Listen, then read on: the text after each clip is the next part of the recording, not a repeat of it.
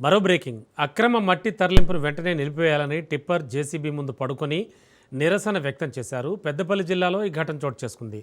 పెద్దపల్లి జిల్లా కాల్వ శ్రీరాంపూర్ మండలం పెగడపల్లిలోని ఎల్లమ్మ గుట్ట వద్ద జరుగుతున్న అక్రమ మట్టి తవ్వకాలను గ్రామస్తులు అడ్డుకున్నారు.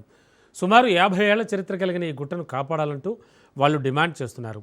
మట్టి తరలిస్తున్న వాహనాలకు అడ్డంగా పడుకుని గ్రామస్తులంతా ఆందోళన వ్యక్తం చేశారు. గత కొన్ని రోజులుగా తవ్వకాలు నిలిపివేయాలని అధికారులను పలుమార్లు కోరినా స్పందన లేకపోవడంతో ఈ నిరసనకు దిగామని తెలిపారు. కాపాడాలి ఎల్లమ్మ గుట్టను.